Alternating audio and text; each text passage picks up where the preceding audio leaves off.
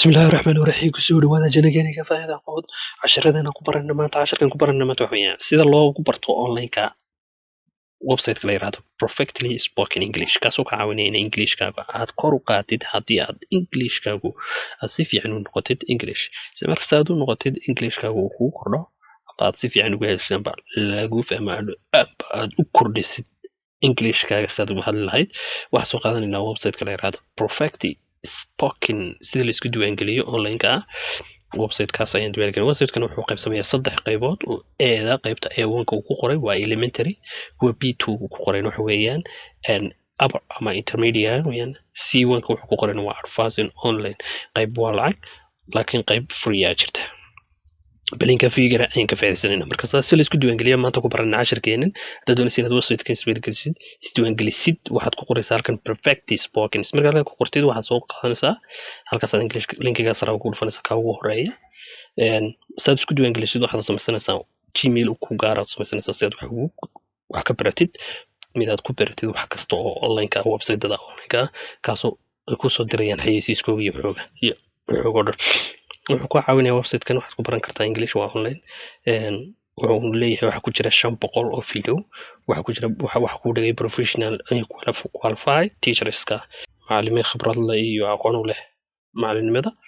structure-ka waa qaabka u dhigay waa online-ka 6 level buu leeyahay elementary-ga below ilaa to professional ku noqonayso qof english-ki ku professional oo si fiican ugu hadlaya marka waxaan ku qaybta playing free kan bilaabina waxaad ku dhufanaysaa qaybta ku qorantay get starting for halkaas aad ku dhufanaysaa marka qayb cusub ku keenaya halkan ku keenaya wad bixinaysa marka waxaad ku qoraysaa gmail-ka aad doonaysid spa ee aad samaysatay ayaad ku qoraysaa si aad ugu baratid maalin walba sharada cusub ay soo gelinayno halkaas aad ku qoraysaa gmail.com magaca ku qortaa kana magacaaga ku qoraysaa magacaaga waad ku qoran kartaa adigu saxda aad ku qoraysaa si hadhow hadii aad shahaado qabatid shahaadadana asiis ku qaad email-kan halkaas aad ku qoraysaa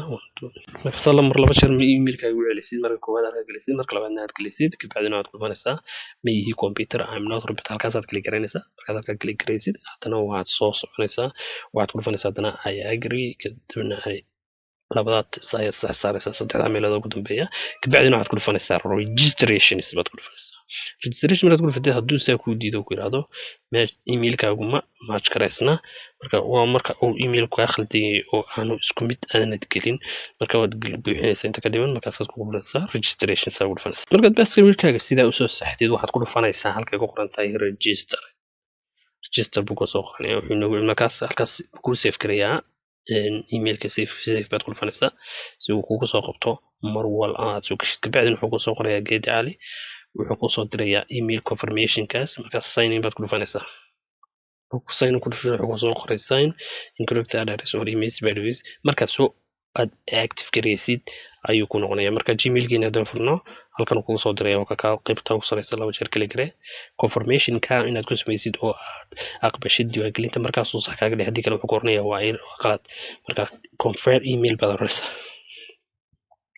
marka confirm email ku dhufatid wuxuu ku your email address has been confirmed you can now sign in waad geli kartaa laakiin markii hore maad geli kareen oo waayo maad confirm kareen marka waxaad ku dhufanaysaa sign in baad ku dhufanaysaa كونوا do you want to test your level English ma doonaysaa inaad isticmaasho hadda material baantay alaabtii ama waxyaabihii kale ee dawladda iyo certificate-ka yes badaraysaa saddexdanba wada yes ayaad ka dhigaysaa kabacdina continue ku dhufanaysaa marka saddexda yes ka soo dhigtid continue ku dhufatid wuxuu ku soo dhigayaa qaybtan wuxuu kala qaybinayaa saddex qaybood oo pre-plan student plan iyo problems student plan iyo problem-kaas waa lacag labadaas oo waxa weeyaan bil walba midna $30 baad bixinaysaa midna waxaad bixinaysaa $10 baad bil walba bixinaysaa laakiin marka kan free-ga maadaama inagu free doonayno ka free-ga ayaan isdiiwaan gelinaa ka free-ga soo kala garanaysaa kabacdina wuxuu ku weydiinayaa test your English buu ku qorayaa tijaabi English-kaaga grammatical-ka ku eegaya marka ilaa wuxuu ku weydiinayaa ilaa afarta qaybood su'aalaha koowaad ilaa afraad ku weydiinayaa inta ku weydiiyo wuxuu ku soo qorayaa su'aalaha marka tan dedejiyo oo ku qoro wax walba ku jiraan marka wax walba wuxuu ku weydiinayaa sideedii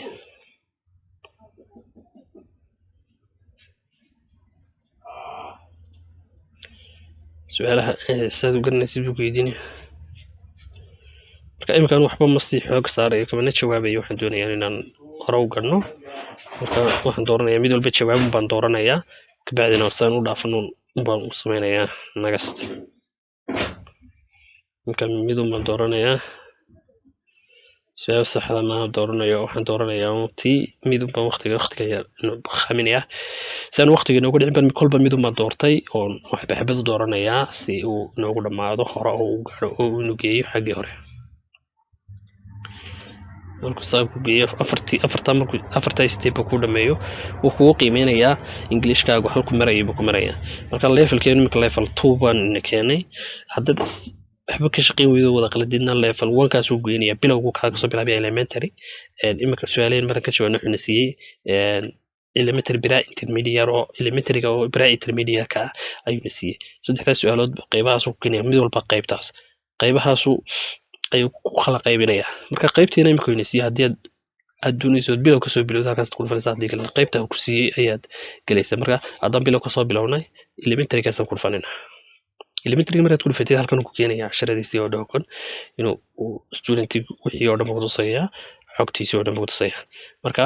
casharkii kooraskii lesson 1 greeting introduction lesson 2 alphabetics waa bilowgii buu kaaga soo bilaabayaa ilaa alphabeta saadii buu kaaga soo bilaabayaa marka casharkeenii ugu horeeyay haddana alphabeta saada galno kaala koowaad waa introduction-kii waa salaantu greeting and introduction-kiisii uu ku barayo marka ka alphabeta saada ku baraya wuxuu kaaga soo bilaabayaa bilowgii qofka aan midba ka garanayn Englishka laakiin waa inuu Englishkii fahmayo qofku mar walba hadduu Englishkii fahmayo wuu ka baran karaa waa English bay ku hadlayaan ma kari English buu ku hadlayaan haddii aad kun aanad rabin oo advance rabtid waxaad dooranaysaa qaybtan kala dooranaysaa course advance-gaas waa B12-kii waa intermediate-ka wuxuu ku siinayaa 10 si loogu dhawaaqayo si loo conversation-ka ayuu ku tusayaa sida tusaalahan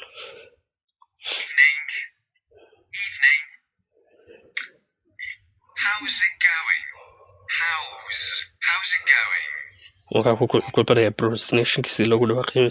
conversation-kii kabacdina wuxuu ku barayaa sidii loogu dhawaaqayo si aad u fahantid nimanka cantaanka markay Englishka ku hadlayaan saas la isku diiwaangeliyaa pefectly spoken-ka course-ka ood ka faa'iideysan kartaa casharadiisa oo dhan halkaas ku soo gudbinaa fadlan subscribe gare like share wixii su'aalana comment-ga ku soo qor الله سبسكرايب adiga oo taabanaya halka as bartaayras baa soo klik gareynaysa marka soo klik gareysid si aad ula socotid wax kasta oo soo gelino